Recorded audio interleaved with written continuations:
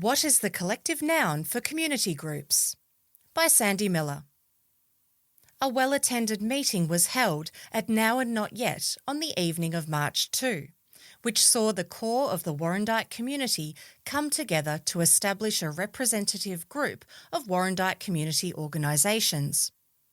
The inaugural meeting saw representatives from Warrandyte's various community groups come together with a spirit of optimism, including the Warrandyte Arts Association, Warrandyte Neighbourhood House, Warrandyte Community Association, Warrandyte Festival Committee, Warrandyte Sporting Group, Warrandyte Cricket Club, Warrandyte Football Club, Warrandyte Tennis Club, Warrandyte Historical Society, Warrandyte Lions, Warrandyte Men's Shed, Warrandyte Scouts, Warrandyte Retirement Housing Co-op, Warrandyte Donvale Rotary, Warrandyte Riverside Market Committee, Warrandyte Diary, Menzies for Climate, Now and Not Yet, and the Pink Ladies, with apologies from the Warrandyte Mountain Bike Club, Warrandyte Netball Club, and Warrandyte Junior Football Club.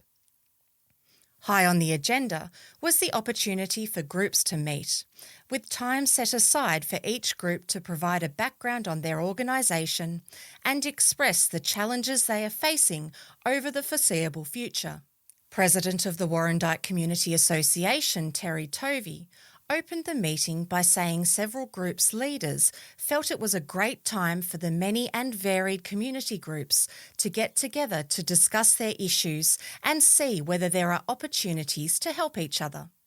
Of course, the recent report by Manningham Council on shared facilities is the catalyst, and an example of the sort of thing that a community can rally around.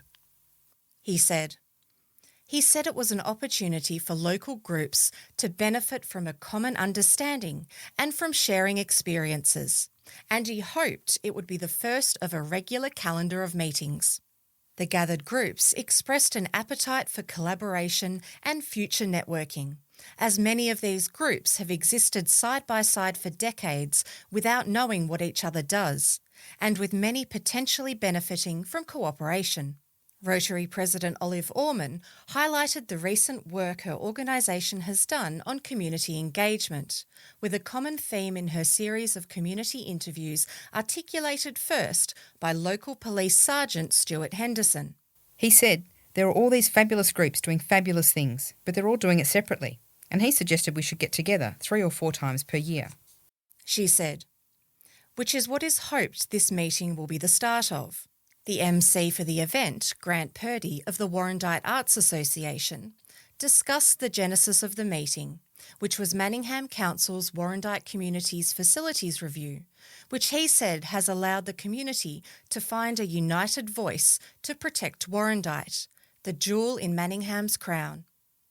The statement of purpose was agreed upon, which read, to bring Warrandyte's community volunteer organisations together to explore how we can strengthen collaboration, agree a shared purpose, and develop sustainable approaches to counter the challenges facing our community, finding opportunities to pool resources, foster partnerships, and respond more effectively to issues that affect our community.